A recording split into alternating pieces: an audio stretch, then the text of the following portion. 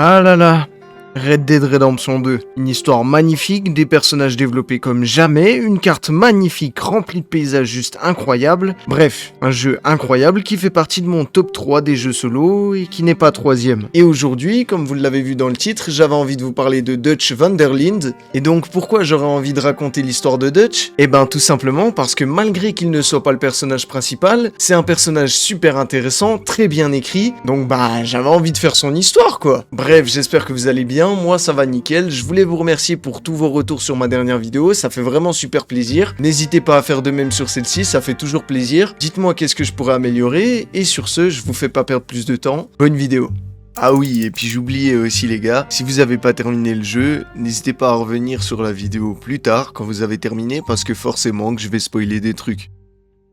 Dutch van der Linde est né en 1858 et bien qu'on ne connaisse pas le nom de son père, on sait qu'il est néerlandais et qu'il est mort pendant la bataille de Gettysburg. Cette bataille était une des batailles pendant la guerre de sécession opposant les unionistes, qui sont les États nord-américains, et les confédérés, les États sud de l'Amérique. Cette guerre a commencé car les États nord-américains voulaient abolir l'esclavage, tandis que les États sud-américains ne voulaient pas. Les unionistes ont évidemment gagné, et c'est comme ça que l'esclavage a été aboli. Voilà, au moins pour tous ceux qui ont raté leur cours d'histoire, vous avez réappris quelque chose. Il a donc été élevé principalement par sa mère, Greta, qui était anglaise. Il déteste le nouveau monde, qui se veut industriel et faire évoluer les technologies. Lui, ce qu'il veut, c'est vivre dans un monde où l'homme se bat pour survivre. Mais pourquoi est-ce que Dutch déteste l'industrialisation? Tout simplement parce que c'est un homme anti-gouvernement. Il dit que l'industrialisation et le progrès technologique aideraient le gouvernement à contrôler la population, et surtout à exercer une pression sur les personnes pauvres ou encore n'ayant pas certains droits. Dutch va prôner la liberté et l'indépendance. Et pour ce faire, il formera un duo avec Colm O'Driscoll qui deviendra son ennemi par la suite. Et pourquoi? Eh ben parce que Dutch a tué le frère de Colm O'Driscoll. Et Colm, forcément, il a répliqué en tuant la femme de Dutch. Ce qui a fini par créer une rivalité, d'un côté le gang O'Driscoll et de l'autre la bande de Dutch, formée par un duo de plus à la base entre Dutch et Hosea Matthews, qui se sont rencontrés en essayant de se voler. Ils ont commencé à faire leurs affaires à West Elizabeth en 1878, il a donc 20 ans à ce moment-là, et un an plus tard, ils feront la rencontre d'un personnage que vous connaissez si vous avez joué à Red Dead Redemption 2, puisqu'il est le personnage principal, Arthur Morgan. Dutch et Hosea lui apprennent tout, tirer, monter à cheval et même lire et écrire. Quelque chose qu'ils réitéreront avec John Marston quelques années plus tard. Deux femmes viendront s'ajouter au groupe, Bessie Matthews, épouse de Hosea, et Susan Grimshaw, compagne de Dutch à ce moment-là. Mais Dutch, ce gros charreau, tombe amoureux d'une autre femme, qui s'appelle Annabelle, et c'est cette femme que Colm O'Driscoll tuera. Jusqu'en 1899, le groupe de Dutch grandira avec de plus en plus de personnes qui s'intégreront sérieusement. La même année, Dutch et sa bande organiseront le braquage d'un bateau, et celui d'une banque à Blackwater. Cependant, les braquages ne se passeront pas comme prévu. Dutch tirera et abattra froidement une femme. Cet assassinat déclenche une fusillade avec les gouvernementaux, et elle forcera Dutch et sa bande à migrer vers le nord. Dutch se retrouve à devoir abandonner 2 personnes du groupe capturées lors du braquage, et 2 autres personnes meurent pendant le voyage vers le nord. La bande de Dutch s'installera dans l'état d'embargo. Et c'est là que notre périple sur Red Dead Redemption 2 va commencer. We'll have to stop someplace. Okay, Arthur's out looking. I sent him up ahead. If we don't stop soon, we'll all be dying. This weather, it's May. I'm just hoping the law got as lost as we did.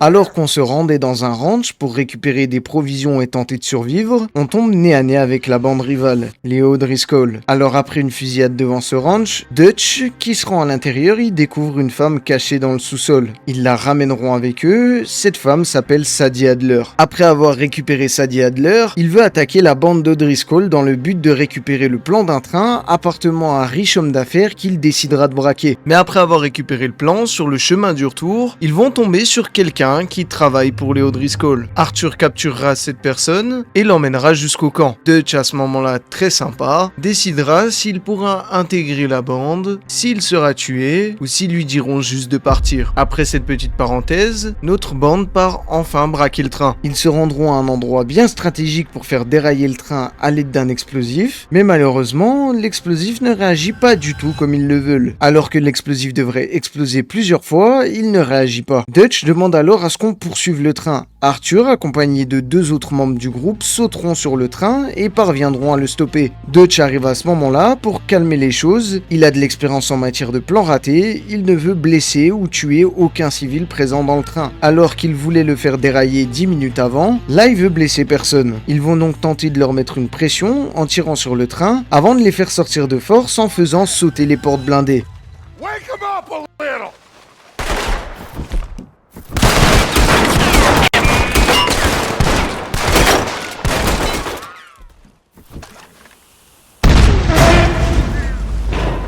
En voyant Arthur ressortir du train, Dutch lui demandera alors qu'est-ce qu'il a trouvé. Arthur lui tendra des lettres, et ces lettres sont des obligations. Pour ceux qui savent pas, des obligations, c'est des placements d'argent en bourse. Mais bon, j'en sais pas plus, moi je suis pas Alexis Chen ou la menace, je vais pas vous apprendre ça ici. Après ça, Dutch et Hosea décideront qu'ils devront changer de camp. On partira donc s'installer dans l'état de New Hanover, à Horseshoe Overlook. Au moment où l'on arrive au camp, Dutch annonce à la bande qu'il est le moment de trouver un travail. Maintenant qu'ils sont en sécurité, ils doivent gagner leur argent d'une manière ou d'une autre, et qu'avec cet argent, ils pourront mettre l'argent dans la caisse du camp pour aider le camp à se développer. Dutch se rapproche beaucoup, mais beaucoup d'Arthur à partir de ce moment-là, et lui offre même une place plus élevée au sein du groupe. Peu de temps après ça, Dutch demandera à Micah et Lenny de partir visiter Strawberry, une ville non loin de leur camp, pour faire des repérages. Micah se fera capturer, mais c'est sans compter sur Arthur, qui ira le sauver juste après. Mais à ce moment-là, la Pinkerton, une agence privée de sécurité américaine, retrouve la trace de Dutch et sa bande. Arthur rencontrera donc 2 agents en amenant Jack, le fils d'Abigail et de John Marston pêcher. Arthur, isn't it? Arthur Morgan? Who are you? Yes, Arthur Morgan, Vanderlyn's most trusted associate. You've read the files. Typical case. Orphaned street kid seduced by that maniac's silver tongue and matures into a degenerate murderer. Agent Milton? Agent Ross. Pinkerton Detective Agency, seconded to the United States government. Nice to finally meet. We know a lot about you. Do you? You're a wanted man, Mr. Morgan. There's $5,000 for your head alone. $5,000? For me? Can I turn myself in? We want Vanderlyn. Oh, Dutch. I haven't seen him for months. That's so. Because I heard a guy fitting his description robbed a train belonging to Leviticus Cornwall up near Granite Pass. Oh, ain't that a little old-fashioned nowadays? Apparently not. Listen. This is my offer, Mr. Morgan. Bring in Vanderlyn. You have my word you won't swing. Oh, I ain't gonna swing anyways, Agent Milton. You see, I haven't done anything wrong, aside from not play the games to your rules. Spare me the philosophy lesson. I've already heard it from Mac Callender. Matt Callender? He was pretty shot up by the time I got to him. So really, it was more of a mercy killing. Slow.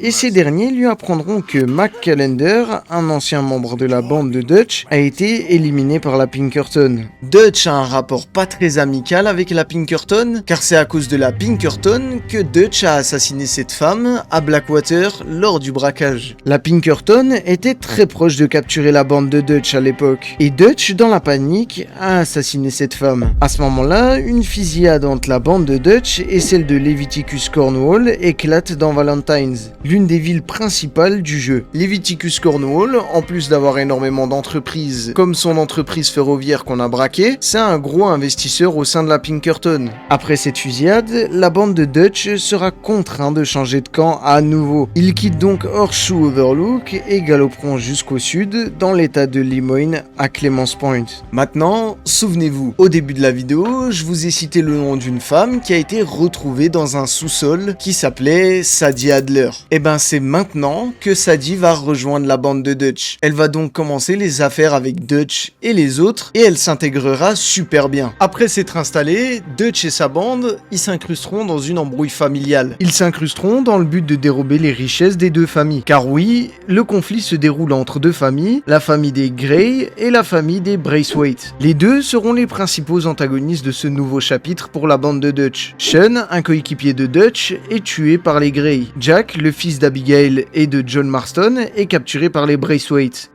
Have you seen the boy, Jack? No. Where's my goddamn son? Where is he? Where's my son? They took him, didn't they? They took my son. Who took him? We think the Braithwaite woman took him. Oh. Kieran saw a couple of fellows sound like Braithwaite boys. Where's my son? If anything, where is my son, Dutch Van der Linde? We will find him, we will bring him back to you, and we will kill any fool that had the temerity to touch one hair on that boy's head. Abigail, you have my word. Just get me back my son. I will get that boy back, so help me God. Right now! Dutch! We just heard about Jack. You need some extra guns? Yeah, why not?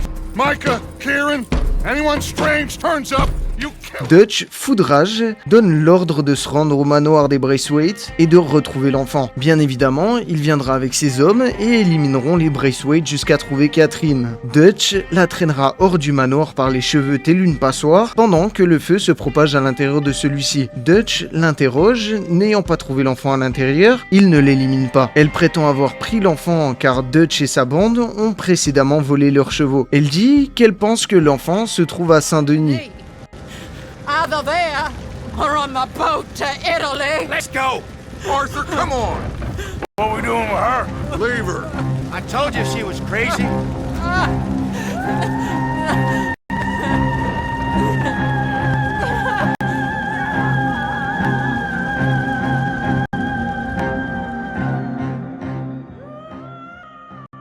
Saint-Denis, c'est la grande ville industrielle du jeu. C'est aussi d'ailleurs la seule ville où on peut entendre des PNJ parler français. Voilà, petite parenthèse, j'avais envie de la caler. La bande de Dutch la laissera regarder son manoir disparaître sous les flammes. Déterminé à aller récupérer le petit Jack, Dutch décide de déménager sa bande vers Saint-Denis, dans une maison qu'Arthur Morgan a trouvée. Elle est normalement abandonnée, mais une fois arrivé sur place, des gens s'y sont installés, mais Arthur, alors accompagné de John à ce moment-là, vont s'occuper de dépeupler la maison.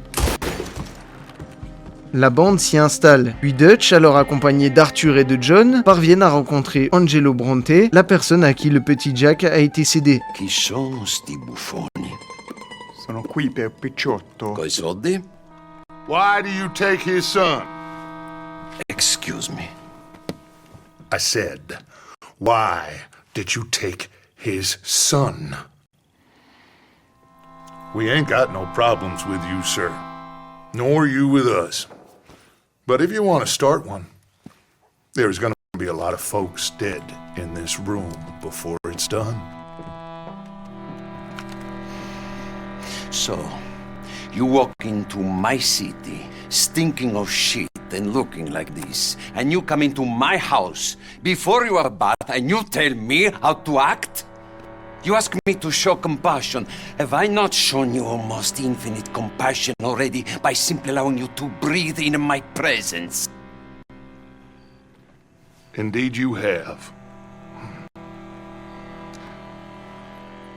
Now, we are simple country folk. All we have is each other.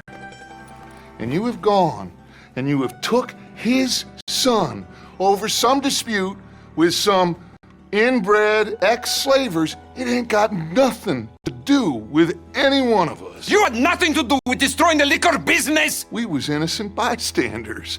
And that which we weren't innocent of, well, we most surely were ignorant of. You twist words, you lie shamelessly, you think you are better than everyone else. Ti adoro. Batte davvero sti uomini. Angelo Bronte. Dutch Vanderlyn, Arthur Morgan, The pleasure is mine. John Marston. All mine, please.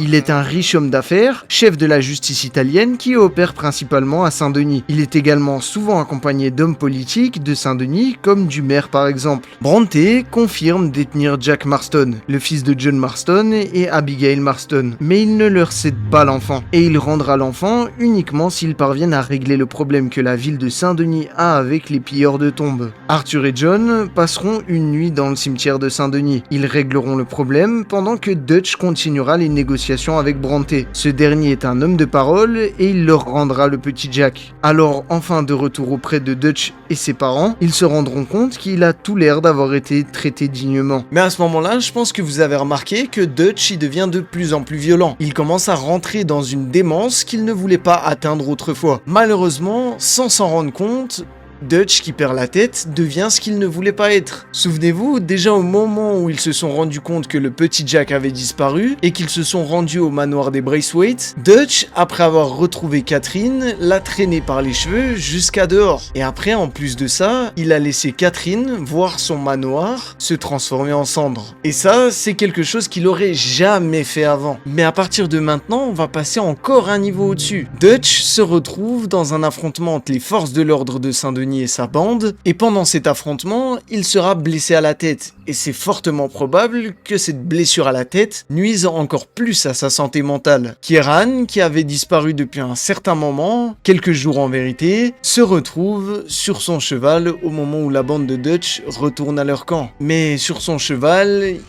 il est décapité. Dutch comprend instantanément qu'il s'agit des O'Driscoll. Souvenez-vous, c'est la bande rivale de la bande de Dutch. Et ces derniers attaquent directement la bande de Dutch à leur retour à leur campement. Dutch et sa bande réussissent tant bien que mal à repousser les O'Driscoll, mais ce n'est sûrement pas leur dernier coup. Et là, Dutch accumule les ennuis qui s'enchaînent car Bronte, celui qui avait pendant un certain temps gardé Jack, manipule Dutch en lui parlant de la station de tram de Saint-Denis qui pourrait être braquée car des coffres s'y trouvent. Mais là encore une fois, tout ne se passe pas comme prévu et comme Dutch l'espérait. There's almost nothing here. There should be stacks of cash in there. He told us there was. Look again. There's no stacks. A few dollars in coins, that's it. Damn, we got a problem. There's a ton of cops out there. Come on now! We got you surrounded! That Say, greasy come on son now! of a bitch! He set us up! Think it seemed like a good time for sarcasm to you, Arthur? What we gonna do, gentlemen? Something! We dropped. Les coffres sont vides et les forces de l'ordre se retrouvent face à face avec la bande. Bronte les a trahis. Voyant des risques que sa réputation baisse dans la ville, il vend la bande de Dutch aux autorités à ce moment-là. Dutch devient de plus en plus cruel. Il ira choper Bronte, le noiera et le jettera au crocodile. We gonna ransom you or what? You're pathetic. Well, I am. Because from where I'm sitting, you're the one deserving of pity, my friend. All your men, all your money, it weren't no match for a bunch of bumpkins. You are nothing. You do nothing. You mean nothing. You stand for nothing. Me, I run a city. And when the law catch up to you, you will die like nothing. I am this country. You are what people are running from. I possess things that you will never understand. You don't even possess your own men. $1,000 to the man who kills him and sets me free. What are you gonna say now? They are even bigger fools than you. No doubt. The law will find you. Already, the dogs are on the way. Oh, yeah. Oh, you're right. You are so right. They are good at smelling filth, huh? So filth has got to be disposed of. Our friends, the patrons, gonna come and rescue you. You repulsive little maggot.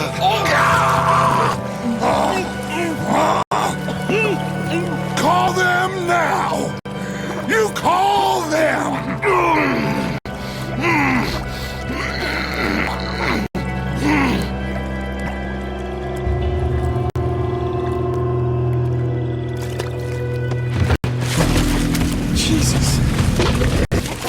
philosophy books cover feeding a fella.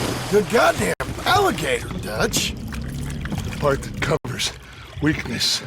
John commence à voir Dutch sombrer petit à petit et commence à s'inquiéter pour la santé mentale de celui-ci. Par la suite, Dutch organise l'un des plus gros braquages du jeu, le braquage de la Banque Nationale de Lemoyne, et là de nouveau, rien ne se passe comme Dutch l'avait prévu. Abigail et Hosea se font capturer par la Pinkerton, qui, je vous le rappelle, est une organisation comme le FBI, et pour faire simple, pour forcer Dutch et sa bande, encore à l'intérieur de la banque, à se rendre. Abigail parvient à s'enfuir, mais Hosea se fera exécuter sur le champ pendant que l'équipe commencera à s'enfuir par le toit de la banque. Lenny se fera également tuer et John sera arrêté et envoyé au pénitencier de Sisika. Inspiré d'Alcatraz, il est situé sur une île au large de Saint-Denis. Dutch perd 2 compagnons dans ce braquage, dont Hosea, son meilleur ami, avec qui il a créé la bande, je vous le rappelle. Encore quelque chose qui contribuera à la démence grandissante chez Dutch. Dutch tente de s'échapper avec la bande en abordant un bateau au port. Il essayera de sympathiser avec le capitaine pour qu'il ne les balance pas. Il lui donnera une partie de l'argent. Une nuit, alors que la bande était encore sur le bateau, un drame se produit et le bateau commence à brûler. Dutch réveille la bande et ils se retrouveront sur l'île Guarama, une île dans les Caraïbes gouvernée par un dictateur s'appelant Alberto Fussar. Ce dernier réussira à capturer un des acolytes de Dutch et les autres réussiront à s'échapper grâce à l'intervention d'un groupe de rebelles mené par Hercule Fontaine. Avec l'aide des rebelles, le fameux acolyte qui a été capturé, sauf que la Dutch va faire quelque chose qui prouvera qu'il devient fou. Il assassinera le guide qui les menait à Javier. Pay more. Pay now. What are you doing? Jesus. Easy, Dutch. What was that? Horrible old crone. But you killed her. She was gonna betray us, Arthur. Couldn't you tell? No. Well, I got some Spanish. She was. You keep killing folk, Dutch. I am just trying to make sure that some of us survive, Arthur.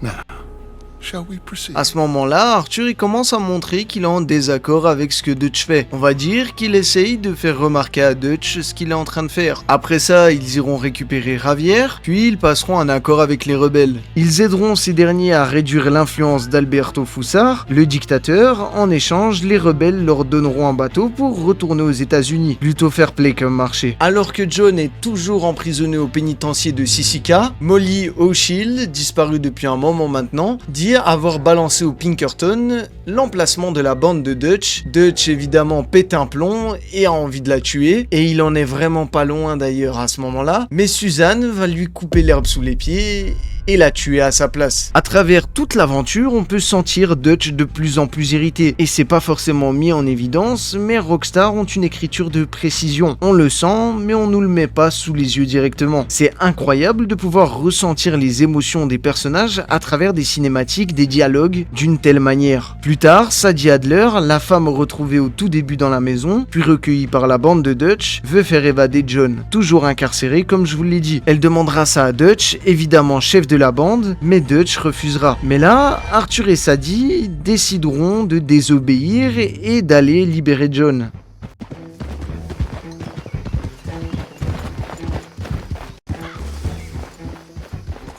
You brought him back to me. We told you we would. John! What are you doing here? It's good to see you too, partner. I meant I hadn't sent for you yet. I win. But I said that. Yeah, I know what you said. I felt different. Is that so? Yes. And when Spring and John brings the law down on all of us, what then, Arthur? Well, I guess we'll have another fight on our hands. Loyalty, Arthur, it ain't. I had a goddamn plan! John. John. You are my brother. You are my son. I was coming for you. It was talking of hanging me, Dutch. Dutch est évidemment très énervé après avoir appris ça. Arthur, celui qu'il considérait maintenant comme un frère, la relève de la bande, lui a désobéi et même remis en cause plusieurs de ses décisions. Une trahison pour Dutch, qui, je vous le rappelle, devient de plus en plus irrité. Micah Bell, un autre membre de la bande de Dutch, utilise cette situation tendue entre Arthur pour retourner Dutch contre ce dernier. John, également visé par cette tentative de lavage de cerveau, voit avec Arthur l'influence néfaste que Micah a sur Dutch, qui apprécie la loyauté que Micah montre envers lui. Arthur, qui voit Dutch sombrer de plus en plus, il suggère à John, qui a maintenant une famille, de partir. Lors d'une conversation, il ira en parler à Dutch, mais ce dernier, encore une fois, va refuser que John parte. À ce moment-là, Dutch perd encore plus confiance en Arthur. Ce dernier va aider les Indiens de la réserve indienne, et Dutch, qui les a également côtoyés, va remarquer que le fils du chef, qui s'appelle Aigle qui vole, déteste la manière pacifique avec laquelle son père, plus battante, veut se faire entendre. Dutch profite de ça pour faire tout un tas d'attaques contre l'armée américaine. L'une d'entre elles ne se finira pas comme prévu. Dutch se bat aux côtés d'Arthur contre l'armée pour récupérer des obligations dans l'usine de Leviticus Cornwall. Arthur se blesse pendant la bataille avec un tuyau d'eau et supplie Dutch de l'aider. Mais Dutch, souvenez-vous, il boude Arthur et c'est Aigle qui vole qui doit sauver Arthur.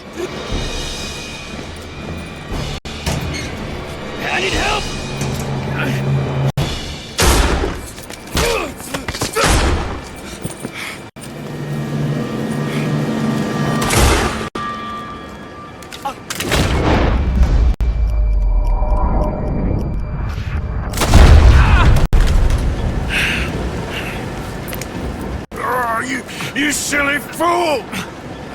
Ce dernier va ensuite confronter Dutch, mais Dutch, qui est toujours plus fou, lui dira qu'il n'abandonnerait jamais Arthur. C'est à ce moment-là qu'on voit que Dutch serait prêt à mettre en danger sa bande et à les abandonner pour quelque chose où, à la base, ils sont en désaccord, juste pour se sauver lui. En plus de devenir de plus en plus fou, il devient de plus en plus égoïste. Et pour leur dernier coup, Dutch organise de nouveau le braquage d'un train, mais cette fois-ci de l'armée américaine. Ce train contient une grande quantité d'or, et Dutch veut absolument la récupérer. Arthur et John, qui sont à l'arrière du train, avancent progressivement en direction du wagon contenant l'argent. John, qui se fait toucher par balle, tombe du train. Dutch, encore au galop à côté du train, dira qu'il va chercher John. Mais bon, on a très bien vu comment Dutch y réagissait en cas d'imprévu, surtout quand Arthur il s'était blessé avec le tuyau. Et de nouveau, je vous laisse deviner, effectivement, il abandonnera de nouveau John et le laissera pour mort. Et d'ailleurs, il fera croire à tout le monde qu'il est mort. Arthur, parti avec Sadie pour libérer Abigail qui s'est fait capturer par un agent de la Pinkerton, se fait piéger également. Alors Arthur, en voyant ça, partira aider Abigail et Sadie. Quite so many scruples. Old Micah Bell. Micah, you mean Molly? Molly O'Shea. Sweated her a couple of times, never talked a word, had to let her go. Micah Bell. We picked him up when you boys came back from the Caribbean, and he's been a good boy ever since. Okay. Okay.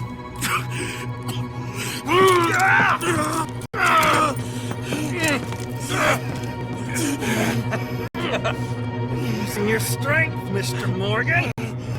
You're still a yapping dog, Mr. Milton.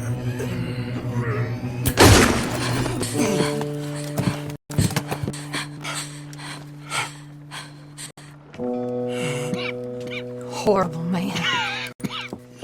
Abigail tuera l'agent alors qu'il lui annonce que Molly n'a jamais trahi la bande, lui révélant ainsi le nom du véritable traître. Arthur enverra Sadie et Abigail en sécurité et Abigail lui donnera les clés du coffre que Dutch avait caché lors du tout premier braquage à Blackwater. Arthur repart donc au campement et annonce la vérité à Dutch. Come on, all of you. Well, we're doing our best. Hurry. We ain't got long. Hurry. We just got plenty of time, Micah. We all need to have a little chat. Black Lung, you're back. Hooray. I just saw Agent Milton, Dutch. Abigail shot him. She's okay. Not that you care too much about that. You rats. All of you. Seems old Micah was pretty close with Milton. What the hell are you talking about, cowpoke? You talked. That's a goddamn lie.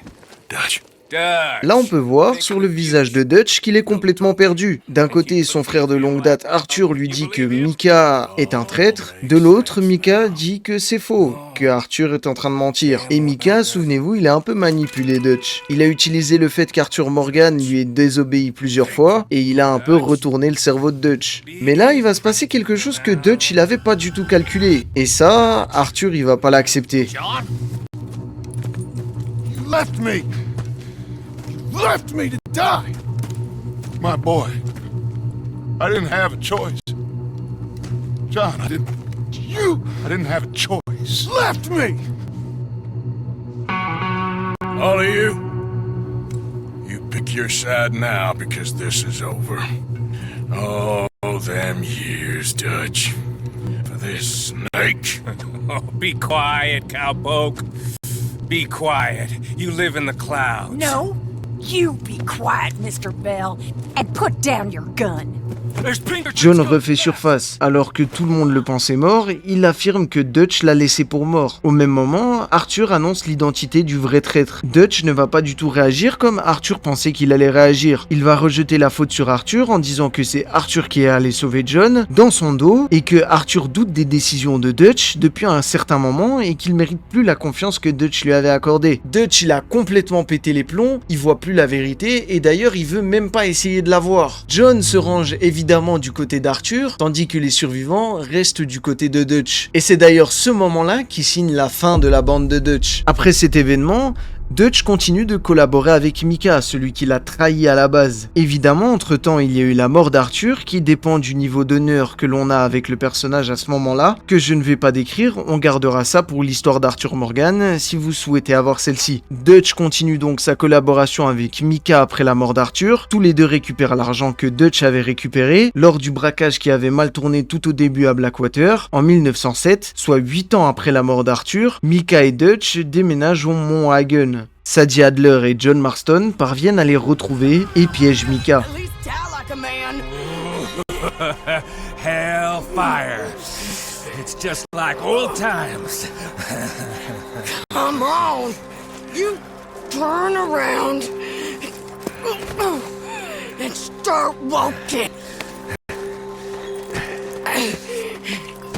You got me.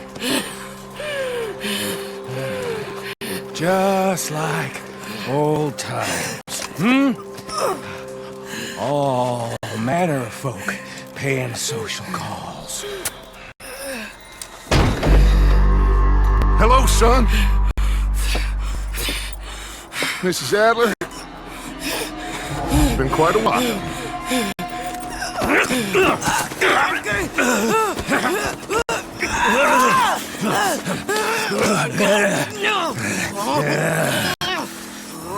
Now, John. Now. What were you saying? Dutch, qui sort de sa cabane, voit Sadie et John et pointe ainsi ses pistolets sur eux. John supplie Dutch de voir la vérité et demande à ce que Dutch tue Micah, qui les a trahis et détruit la bande.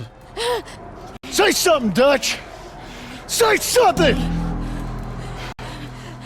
I ain't got too much to say no more.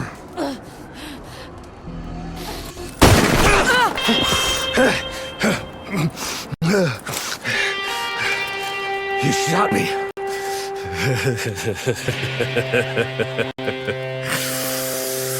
You shot me pretty good.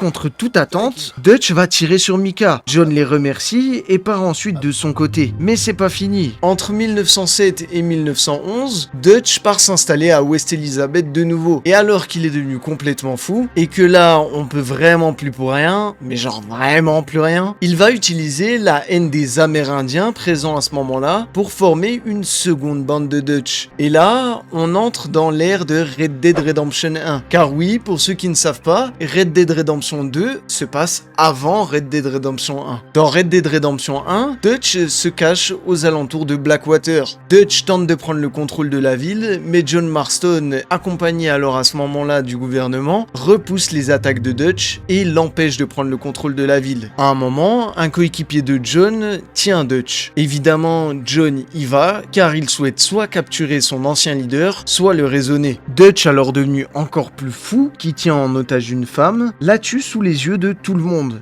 Sans aucune peine. Il réussit à s'enfuir jusqu'au jour où il se retrouve au bord d'une falaise, face à John. N'ayant aucune fuite possible, Dutch saute de la falaise. C'est comme ça que l'histoire de Dutch se termine.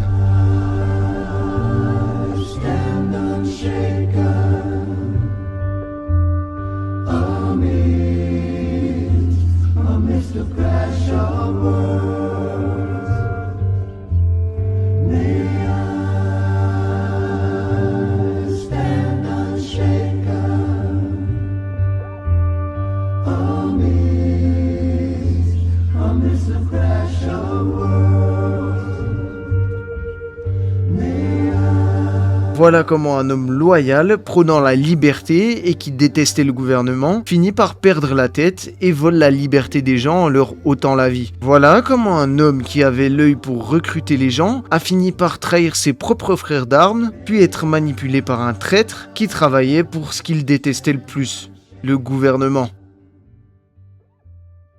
Voilà, c'est tout pour cette vidéo, j'espère que vous avez kiffé. Si oui, n'hésitez pas à lâcher un petit pouce bleu, me dire en commentaire qu'est-ce que je pourrais améliorer. Si vous souhaitez voir d'autres personnages, vous inquiétez pas, j'ai vu vos commentaires dans mes dernières vidéos. D'ailleurs, ils m'ont fait super plaisir. Tout votre soutien à chaque fois me fait super plaisir. Merci à vous. J'ai vu que plusieurs personnes m'ont demandé Nico, plusieurs personnes m'ont demandé l'histoire de la mare. Ça va arriver, ne vous inquiétez pas. Mais j'avais envie de faire cette vidéo, car n'oubliez pas, cet été, pendant les vacances, pendant que vous serez à la plage, moi, je vais sûrement me taper Red Dead Redemption 2 en live. Donc je t'invite à aller dans la description et rejoindre ma chaîne Twitch. Sur ce, passez une bonne semaine, un bon week-end, une bonne soirée.